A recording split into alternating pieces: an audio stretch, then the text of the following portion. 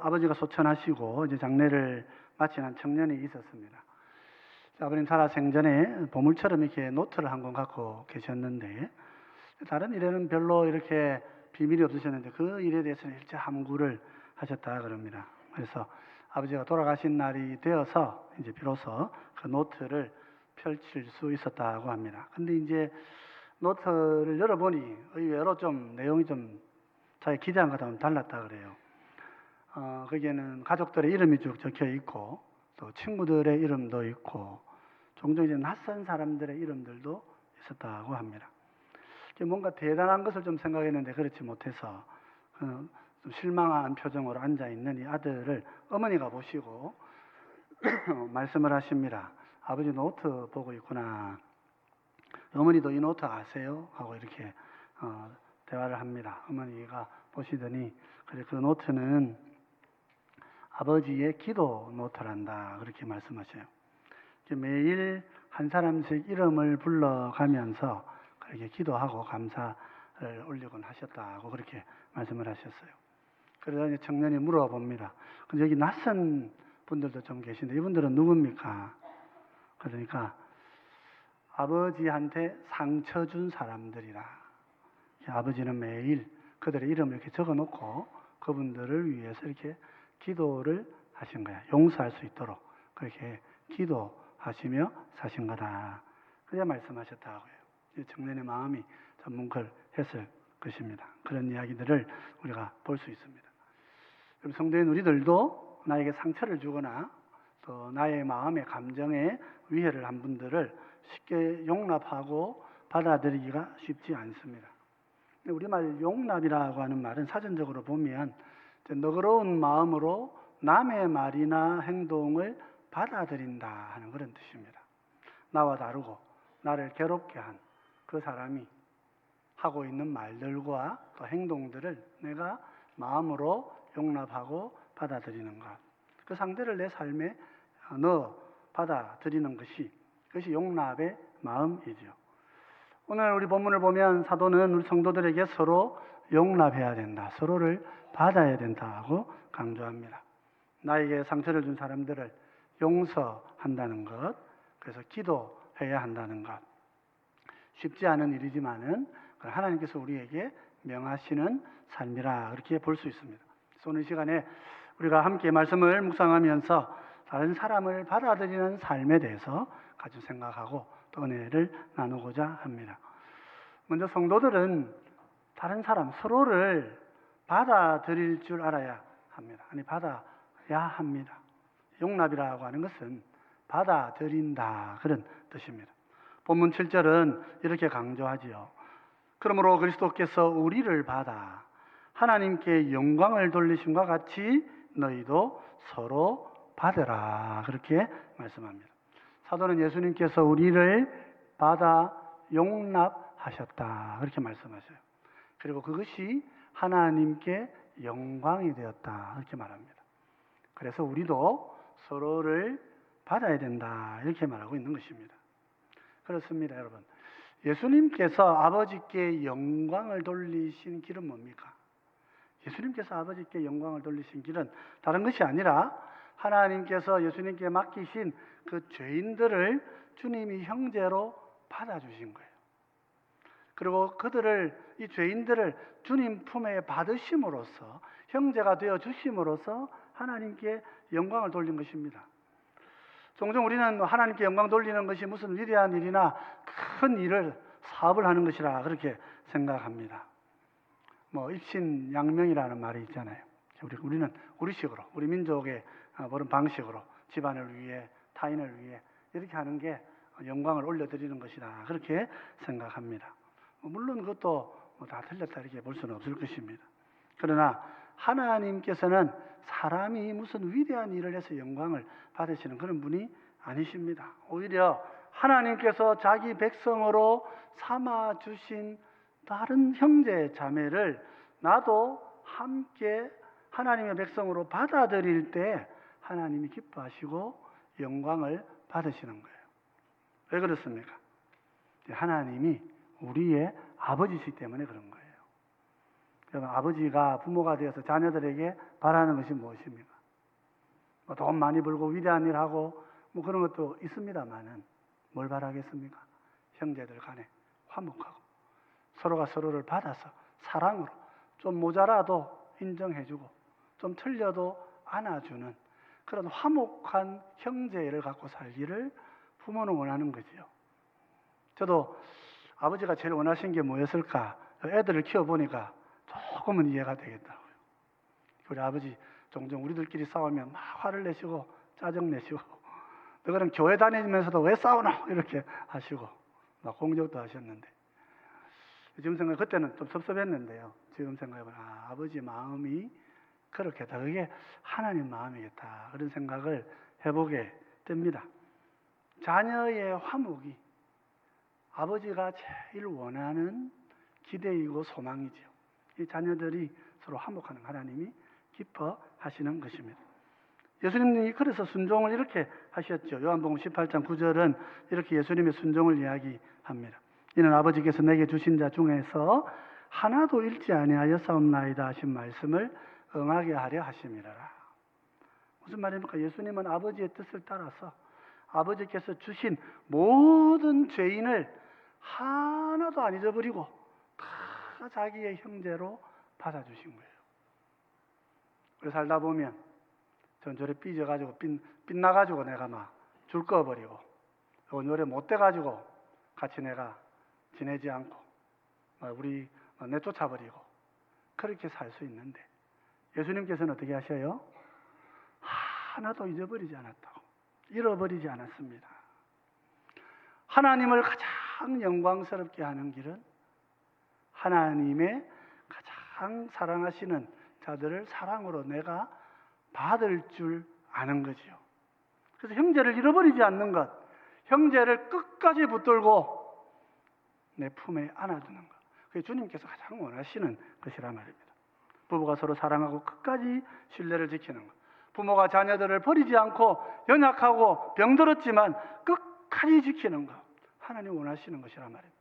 우리 성도들도 교회를 끝까지 사랑하고 괴로움과 힘듦이 없지 않지만 최선을 다해서 섬겨갈 때에 하나님께서 기뻐하시고 영광을 받으신다 하는 것입니다. 우리 하나님은 홀로 온 우주를 지으신 분이십니다. 창세기에 나타난 대로 태초에 하나님께서는 하늘들과 땅을 창조하신 분입니다.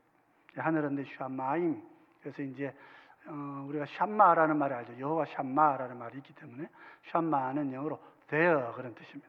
하늘은 샴마임이라 그래서 저기 있는 물들이다 그런 뜻입니다. 히브리어로는 저기 있는 물들. 그래서 기본적으로 하늘은 복수예요. 하나님께서는 하늘의 층을 여러 층을 두셨다 이렇게 볼 수가 있는 거죠. 지구의 대기권만이 하늘이 아닙니다. 태양계를 벗어나는 과정도 그렇고 온 우주를 벗어나는 과정이 그렇죠. 여러분 은하계를 넘어서 우주가 얼마나 광대한지 모릅니다. 얼마나 많은 하늘들로 이루어져 있는지 모릅니다. 우리 미국의 그 보이저 탐사기가 있었죠. 띄워가지고 쭉 보냅니다. 태양계를 지나가는 어느 시점에서 한 사람이 아이디어를 냅니다. 저 보이저를 지금 앞쪽을 보고 가는데 한번 돌려가지고 뒤쪽으로 한번 돌아보게 하자. 왜냐하면 카메라가 앞쪽에 있기 때문에 앞만 보고 가는 거예요. 그래서 뒤를 돌려가지고 우주에 우리가 어떻게 있는지 한번 보자. 그런 아이디어를 냈습니다. 근데 기술적으로 굉장히 어렵고 비용도 많이 드는 문제였는데 그래도 싶어서 모두가 동의를 하고 돌렸어요. 한번 보이저를 돌려가지고 이쪽에 찍었어요. 찍었는데 지구가 얼마나 크겠습니까? 먼지보다 작은 점 하나로 달랑 나타나 있는 거예요. 거기에서 우리는 뒤지고 볶고 싸우고 전쟁하고 난리를 야단 법석을 이렇게 펼치고 있는 거죠. 그런 광대한 우주를 지으신 하나님, 그 하나님께서 온 우주를 지으시고 위대한 일을 하십니다. 계시록 6장 14절은 마지막 날을 이렇게 묘사하는데요. 계시록 6장 14절입니다. 하늘은 두루마리가 말리는 것 같이 떠나가고 각 산과 섬이 제자리에서 옮겨지매 그랬어요. 마지막 날은 이 하늘을 어떻게 하시느냐 하면 하늘은 기본적으로 복수라고 그랬죠. 하늘들입니다. 이게 많은 하늘들을 두루마기 말리듯이 말아버리겠다. 그 옛날에는 책이, 지금 우리가 가지고 있는 이런 책들은 코덱스라고 이렇게 얘기합니다. 예를 이제 꽂아서 이렇게 책을 펼쳐서 넘겨볼 수 있죠. 옛날에는 두루마리 이렇게 둘둘 말아 놓은 거예요. 그래서 이렇게 펼쳐놨다가 딱 풀면 도로로 말려버리는 거예요. 이걸 지금 표현하고 하늘을 그렇게, 하나님께서 이거를 이 목적이 있어서 펼쳐 놓으셨다가 그냥 푸시면 도로로 말려서 딱 접혀서 하늘이 사라져 버린다. 그렇게 마지막 날 될 것입니다. 하늘에 대격변이 일어나는 날이 주님이 오시는 날일 가능성이 많습니다. 어쨌든 보십시오, 여러분. 하나님은 하늘을 여시고 하늘을 닫으시는 분이에요. 그분 앞에 사람이 무슨 위대한 일을 해가지고 하나님께 영광을 올려드리겠냐 말이죠. 그런데 성경은 말합니다. 하나님이 택하시고 사랑하시고 그렇게 구원하신 바로 내 형제와 자매를 하나도 잃어버리지 않고 내가, 그들이 뭐 때로는 가시를 가지고 있고 때로는 뭐 힘들더라도 내 품에 내가 안아주었을 때 하나님이 가장 영광을 받으신다.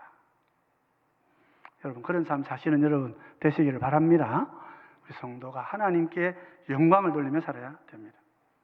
오늘 본문에서는 특별히 이방인 교회에게 유대인들을 받아서 함께 연합해라 하는 말씀을 함께 더하고 있습니다.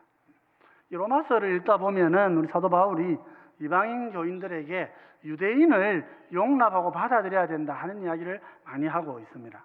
앞서 이미 살폈지요. 이방인 성도들은 어떻습니까? 믿음의 신앙의 자유를 가지고 있는 사람들입니다. 아무거나 먹어도 되고 어떤 날도 같이 뭐 그냥 지내면 됩니다. 유대인들은요, 음식을 못 먹는 게 있습니다. 가립니다. 날도 특별하게 지킵니다. 우리가 자유하니까 그런 거 하지 마 이렇게 해도 유대인들은 자기 민족의 소명이라 생각하고 특별한 그런 일들을 하는 거예요. 그럴 때에 뭐라고 이야기합니까? 사도는 그 이방인들이 그 유대인들의 그 마음을 무시하지 말고 그들의 양심을 인정하고 존중해 주라 말이에요. 그죠? 오히려 이방인들이 고기를 안 먹으면서까지도 유대인들을 품에 안아줘야 된다. 그렇게 말씀하고 있는 것입니다. 오늘 본문에서도요, 이방인들에게 유대인을 용납하라 하고 강조하십니다. 15장 8절은 이렇게 말하고 있죠. 내가 말하노니 그리스도께서 하나님의 진실하심을 위하여 할례의 추종자가 되셨으니 이는 조상들에게 주신 약속들을 견고하게 하시고 그랬습니다. 무슨 말입니까? 예수님이 할례의 추종자가 되셨다 그랬습니다. 이는 번역된 표현입니다. 무슨 뜻이에요? 예수님께서 유대인으로 태어나셔서 유대인 가문에서 할례를 받으셨다 그런 뜻이에요. 예수님은 한국 사람으로 태어나지 않으시고 유대인으로 태어나신 거예요. 여러분 기억하셔야 됩니다. 이 사실만 한 가지만 바로 알아도 모든 한국의 이단을 쫓아낼 수가 있습니다. 한국의 이단은 자기가 재림 예수라 그럽니다. 한국 사람이 그러는 거예요. 예수님은 한국 사람으로 오지 않으십니다. 성경에 분명히 말씀하고 있습니다. 그 한 가지만 보면 딱 알 수 있어요. 이단인지 아닌지 복잡하지 않아요. 예수님은 유대인으로 오신다 그랬어요. 그래서 할례를 받으셨다 그랬어요. 그렇죠? 왜 그렇습니까? 하나님께서 유대인 조상들에게 내가 너를 구원할 것이다, 그 언약을 영원히 세울 것이다 하고 약속하셨기 때문에 그런 거예요. 그래서 창세기 17장 7절을 보면 이런 말씀이 있습니다. 같이 한번 읽어보십시다. 내가 내 언약을 나와 너 및 내 대대 후손 사이에 세워서 영원한 언약을 삼고 너와 내 후손의 하나님이 되리라 그러셨어요. 이번 영원한 언약을 삼으실 것이다. 누구에게 하신 약속입니까? 아브라함에게 하신 약속이에요. 아브라함에게 약속하시면서 너의 후손을 통하여서 내가 영원한 언약을 삼고 영원한 내 후손의 하나님이 될 것이다. 그래서 아브라함과 그 자손을 포함하여 모두를 하나님이 구원하실 거라고 약속하신 거예요. 그 약속의 징표가 뭡니까? 할례 받는 거였단 말이죠. 그래서 창세기 17장 12절은 이렇게 기록을 하고 있는 것입니다. 너희의 대대로 모든 남자는 집에서 난 자나 또는 너희 자손이 아니라 이방 사람에게서 돈으로 산 자를 막론하고 난 지 8일 만에 할례를 받을 것이라 그랬죠. 예수님께서도 이스라엘 집안에 태어나셨어요. 그래서 예수님께서도 당연히 할례를 받으시고 이스라엘에게 주신 영원한 언약을 붙으신 것입니다. 그러면 이방인 우리도 할례를 받아야 됩니까? 예수님 받으셨는데요. 받아야 됩니까? 그런 그렇지 않습니다. 할례는 뭡니까? 구약의 교회에 주신 구약의 약속이란 말이에요. 그러니까 유대인 백성들, 유대인들에게 오직 믿음으로만 구원받는다. 너희 행위가 아니라 하늘에 내가 긍휼함을 가지고 너희를 반드시 구원할 것이다. 애굽에서 너희를 건져낼 것이다. 하는 그 약속을 언약의 표징으로 주신 것이 할례인 거예요. 예수님이 실체로 오셔가지고 십자가에 죽으시고 우리를 위해 피 흘려 주시고 난 다음에는 이제 그 약속은 성취가 되지요. 우리가 그 약속을 지킬 필요가 없어요. 대신에 우리 성도는 뭘 지킵니까? 세례를 받고 성찬을 행해야 되는 거예요.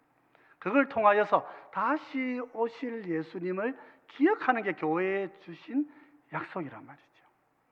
그러니까 할례라고 하는 것은 은혜로 구원을 주실 거라고 이스라엘 백성들에게 주신 언약의 표징인 것이지 신약 백성에게 주신 표징은 아니란 말이죠. 그래서 본문 9절은 이렇게 말하고 있습니다. 로마서 15장 9절입니다. 우리 같이 한번 읽어보십시다. 이방인들도 그 긍휼하심으로 말미암아 하나님께 영광을 돌리게 하려 하심이라. 기록된 바 그러므로 내가 열방 중에서 주께 감사하고 주의 이름을 찬송하리로다 함과 같으니라. 이방인들도 어떻게 구원받습니까? 이방인들도 긍휼의 은혜를 따라서 구원을 받는 거예요. 유대인들이 할례로 가지고 있는 그 약속의 징표는 오늘 우리들에게도 의미는 있습니다. 저들에게 저 할례를 주셨듯이 하나님 우리도 긍휼하심을 따른 은혜로 나를 구원하시는 것이구나. 이방 죄인이 구원받는 것도 은혜로 구원받는 것입니다. 이스라엘 백성들이 구원받는 것도 은혜로 받는 것입니다. 할례를 지키라고 하는 것은 할례 때문에 구원받는 것이 아니고 약속을 믿고 사는 그 믿음을 붙들라고 주신 믿음의 보조장치인 거예요. 그 보조장치를 버리면 안 되니까 할례를 항상 행해 왔던 것이죠. 오늘 본문은 근데 이것을 단순하게 할례 문제로 해석하지 않습니다. 오늘 사도는 내가 열방 중에서 주께 감사한다는 다윗의 시를 함께 인용을 합니다. 다윗 왕은 시편 18편에서 이렇게 고백을 했었어요. 주께서 나를 내 원수들에게서 구조하시니 주께서 나를 대적하는 자들의 위에 나를 높이 드시고 나를 포악한 자에게서 건지시나이다. 여호와여 이름으로 내가 이방 나라들 중에서 주께 감사하며 주의 이름을 찬송하리이다. 다윗 왕의 고백입니다. 자기를 구원해 주시고 이방과 다툼에서 하나님 건져내시고 그 이방인들 중에 다윗을 우뚝 세우셔서 이방인들 가운데서 하나님의 이름을 찬송하는 왕이 되게 해주셨어요.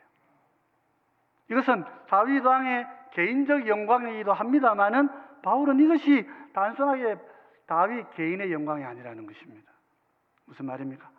유대인 왕을 중심으로 온 열방이 함께 하나님께 찬양을 올려드린다. 이렇게 해석을 하고 있는 거예요. 이게 무슨 말입니까? 유대인 왕과 유대인 백성들과 함께 모든 열방이 다 연합하여 하나님께 찬송을 올려드리는 영광의 날이 올 것이다. 이렇게 약속하고 있는 거예요. 그래서 오늘 본문은 이 약속을 여러 번 구약 구절을 끄집어내어서 말씀하고 있습니다. 9절로 12절을 보면 이것이 반복되어 나타나지요.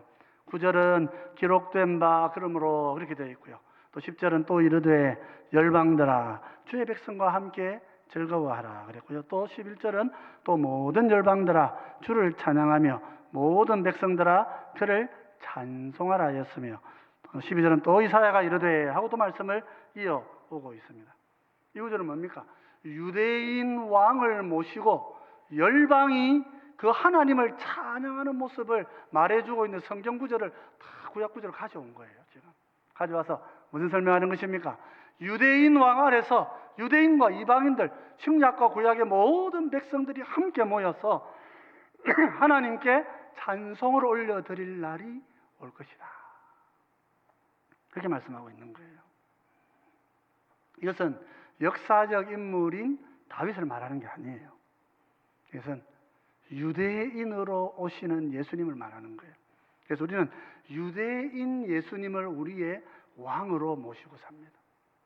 그분 안에서 우리 교회는 주님을 노래하고 찬양하고 우리를 구원하신 여호와 하나님을 찬양하면서 이방인과 그 유대인이 함께 모여서 온 열방에서 구원받은 백성들이 하나님을 노래하고 찬양하는 거예요. 그래서 이방인 교회를 향해서 사도 바울은 계속해서 부탁하고 있는 것입니다. 유대인들을 용납해 주라. 유대인 용납하라. 유대인들은 날에 대해서, 음식에 대해서 까탈스럽습니다. 교회 와가지고 음식 먹는데, 야, 그거 먹으면 안 되지. 하나님 먹지 마라 그러시는데 왜 먹어? 그래서 구약 율법을 가지고 막 성도들을 정죄하는 좀 까탈스러운 사람들인 거예요. 성도에게는 자유가 주어져 있는데 유대인들은 자신들의 양심을 가지고 나를 강조하고, 그죠? 먹는 것을 강조한단 말이에요. 그렇더라도 바울은 뭘 부탁합니까? 그들을 용납해 주어란 말이에요. 왜냐? 하나님께서 유대인 왕을 통하여서 유대인과 열방을 함께 구원하시고 모두를 한 나라의 백성으로 부르시는 영광의 구원의 계획을 갖고 계시기 때문이라 말이에요. 거기에 하나님의 소망이 있는 것입니다. 하나님은 유대인과 이방인의 연합에 믿음의 소망을 두시고 계신 것입니다. 그래서 바울은 12절 13절에서 이렇게 성도의 소망을 노래합니다. 우리 같이 한번 읽어보십시다. 또 이사야가 이르되 이새의 뿔이 곧 열방을 다스리기 위하여 일어나시는 이가 있으리니 열방이 그에게 소망을 두리라 하였느니라. 소망의 하나님이 모든 기쁨과 평강을 믿음 안에서 너희에게 충만하게 하사 성령의 능력으로 소망이 넘치게 하시기를 원하노라 그랬습니다. 우리의 소망이 어디 있습니까? 이새의 뿌리. 이새의 뿌리. 열방이 소망하시는 분은 바로 이새의 뿌리에서 온 분이라 말이에요. 이새는 유대인입니다. 그래서 여러분, 예수님은 유대인으로 오시다는 기억하셔야 돼요. 한국에 자기가 자칭 예수라고 하는 200명은 다 가짜인 거예요. 그러니까 한국인이 자기가 예수라 그러면 그건 다 가짜인 거예요. 그죠? 이태리 사람이 자기가 예수라 그러는 건 다 가짜인 거예요. 이새의 뿌리에서 온다고 분명히 성경이 약속하셨으니 유대인으로 오신 예수님, 그 예수님께서 유대민족을 버리시지만 않는단 말이에요. 그들을 구원하실 것이기 때문에 그들과 함께 온 열방이 주님을 노래할 것이라는 사실을 기뻐하고 마음에 소망에 두어야 하는 것입니다. 언젠가 주님께서는 이 이스라엘 백성들을 돌아오게 하실 것입니다. 사실 우리 힘으로는 유대인들을 돌아오게 할 수가 없습니다. 옛날에 스페인을 보면 1400년대, 1300년대 보면 그 나라에 유대인들이 많다고요. 이 스페인은 종교개혁을 안 한 나라입니다. 가톨릭 국가입니다. 지금도 성당이 많고 거기에 이제 이슬람이 많이 공격을 했기 때문에 이 스페인의 주요 도시들에 가보면 이슬람식 건물이 굉장히 많아요. 요즘은 그거 보러 관광하러 다니시는 거예요. 종교개혁자적으로는 특별히 큰 유적지가 없지만은 가톨릭 역사상으로는 거기 중요한 유적들이 많이 남아 있는 것입니다. 그래서 스페인에서 유대인 사니까요, 유대인들을 너네들이 개종하면 우리나라에 살 수 있고 개종 안 하면 못 산다.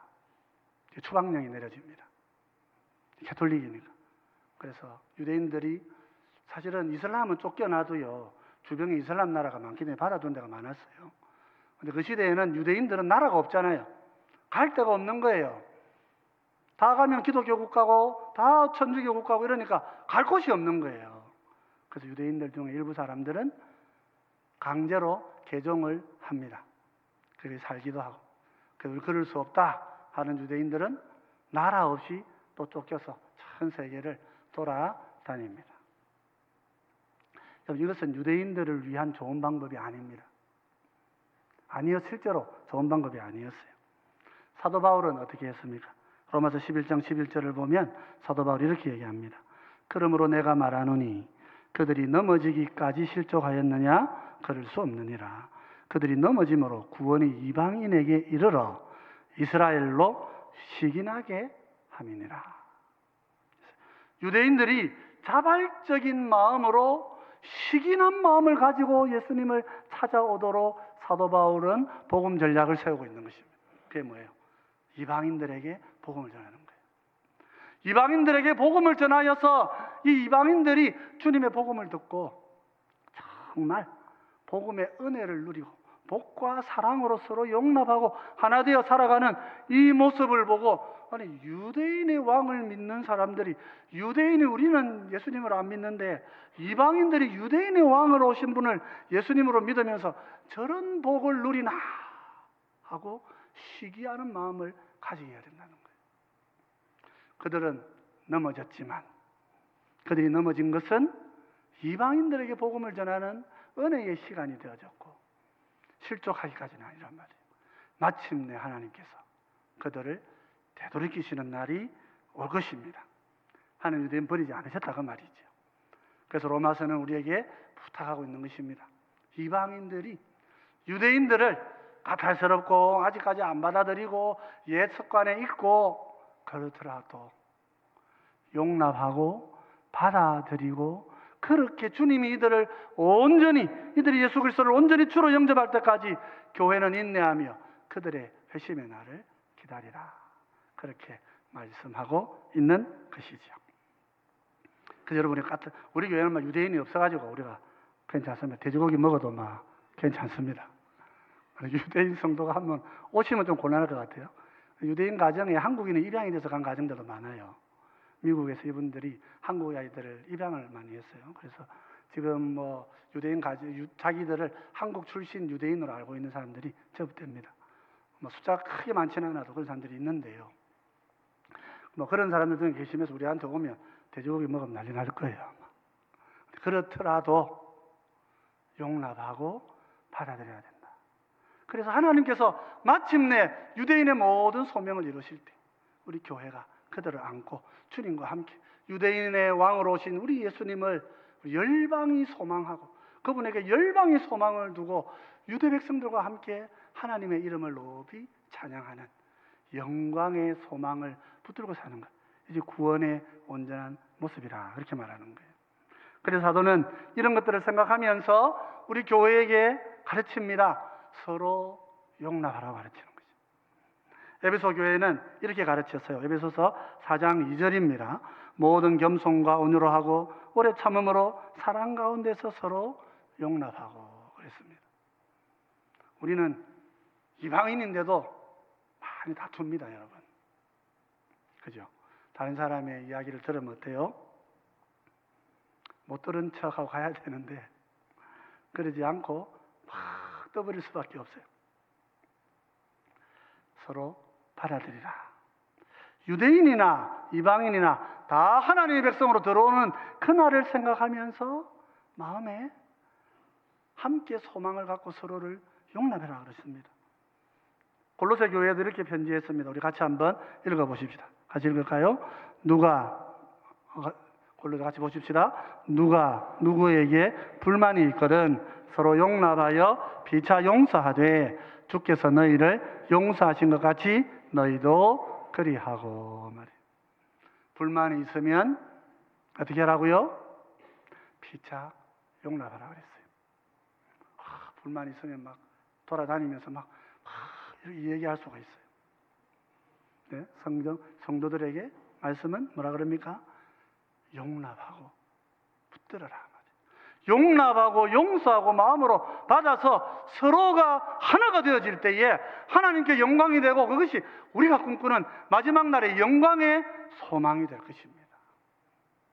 그 소망을 마음에 붙잡고 천국을 그렇게 꿈꾸고 살아야 된다고 사도는 이야기하고 있는 거예요. 어느 교회 목사님께서 이제 말기 암으로 투병 중인 박 집사님의 임종 예배를 부탁받았다고 합니다. 목사님 간증이신데요. 2차례나 예배를 드립니다. 여러분, 우리가 임종 예배는 여러 번 좀 드릴 수가 있습니다. 그래서 돌아가시는 시간을 정확하게 모르기 때문에 우리가 임종 예배를 여러 번 드릴 수 있는데 2번 정도 예배를 드렸어요. 그런데 목사님이 보니까 보통 경우는 그래도 예배를 드리고 천국을 가실 준비를 하시기 때문에 마음으로 기뻐하고 평안하고 천국 간다 마음에 준비를 하시는데 이 박 집사님이 전혀 준비를 못하고 더 불안해하고 더 괴로움이 더 커져가는 거예요. 그래서 목사님 묻습니다. 세상에 무슨 미련이 남아 계십니까? 하고 물었어요. 그랬더니 박 집사님이 목사님 손을 꼭 잡고 이야기를 합니다. 예수님을 몰랐던 10년 전에, 한 10여 년 전에 옆집에 살던 이 집사님하고 대판 싸우셨다는 거예요. 근데 어느 정도 싸우셨냐 하면 두 사람 다 삽 들고 나와서 싸웠대요. 그 삽으로 가서 서로 위협하고 싸웠는데 화해를 못하고 갈라진 거예요. 헤어진 거예요. 그러다가 이번에 이제 교회를 만나가지고 신앙생활을 하시게 된 거예요. 그분도 신앙생활을 하고 있는데 신앙생활을 하면서 둘 다 원수처럼 아무 말도 없이 그렇게 지내왔던 것입니다. 그래서 집사님 부탁해요. 목사님, 이 집사 찾아가서 나는 당신을 용서했다. 그러니 당신도 나를 용서해라. 꼭 좀 전해주십시오. 내가 용서받고 또 용서해야 그래야 천국 문을 열어주실 것 같습니다. 피골이 상접하게 해가지고 말도 되도록 떠듬떠듬 하셨겠죠. 그 말씀을 목사님이 듣고 곧장 이 집사님 찾아가가지고 사정 설명을 다 하고 이 집사님도 그 얘기 듣고 이제 자기의 비밀을 목사님이 아셨으니 얼마나 놀랐겠어요. 그래가지고 목사님도 용서합니다. 그 두 사람 그렇게 마음으로 다 풀었다 그래요. 그러고 나니까 박 집사님께서 평안한 모습으로 그렇게 임종을 맞이하시더라. 그런 목사님의 간정이, 목회 간정이 그렇게 있습니다. 그렇습니다. 성도 여러분, 우리 주님께서는 우리가 이 땅에 사는 동안, 천국에 들어오기 전에 이 땅에 사는 동안 있었던 모든 응어리들을 그렇게 다 풀고 서로 용납한 백성들이 되기를 원하시는 거예요. 서로 마음으로 받아들이는 자들이 되기를 원하시는 것입니다. 예수님께서 유대인으로 오신 이유는 유대인이 위대해서 그렇겠습니까? 구약 성경 읽어보시면은 유대인들은 약한 민족이라 그렇게 되어 있고요. 이들은 시시때때로 하나님을 배신하고 하나님을 버립니다. 나중에는 우상숭배합니다. 그런데도 하나님은 왜 예수님을 유대인으로 보내십니까? 그런 유대인도 내가 구원했는데 너희들까지 내가 구원 못하겠느냐. 우리를 구원하시겠다고 유대인으로 오신 거예요. 그 유대인도 내가 마음에 품고 구원했는데 너희들 그동안 예수님 모르고 마음대로 하나님 모르고 살아온 너희들이라도 라고 해서 내가 못 구원하겠느냐 말이에요. 주님은 우리를 구원하시려고 유대인의 모습으로 오신 것이란 말이에요. 그러므로 성도 여러분, 우리도 그렇게 구원을 받았기 때문에 우리도 우리 형제들을 용납하는 삶을 마음에 두고 살아야 됩니다. 용납하는 건 쉽지 않지만은 그러나 하나님의 성령의 은혜로 우리가 간구하고 비록 걸릴 게 많은 우리 유대인이라 할지라도 품에 안고 우리 서로가 서로를 가슴에 안고 한 형제로 한 백성으로 그렇게 살아갈 때에 그것이 하나님께 영광이요 아버지의 자녀로 함께 살아가는 우리의 기쁨이 된다 하는 것입니다. 그러므로 우리도 참 사랑으로 서로 섬기고 사랑하고 용납하고 사시는 주의 백성들이 되시기를 주의 이름으로 축원드립니다. 우리가 내 마음으로 다 안 되지만 성령님께 기도하여서 이런 한 해 은혜를 풍성히 누리는 우리 모두가 되시기 바랍니다.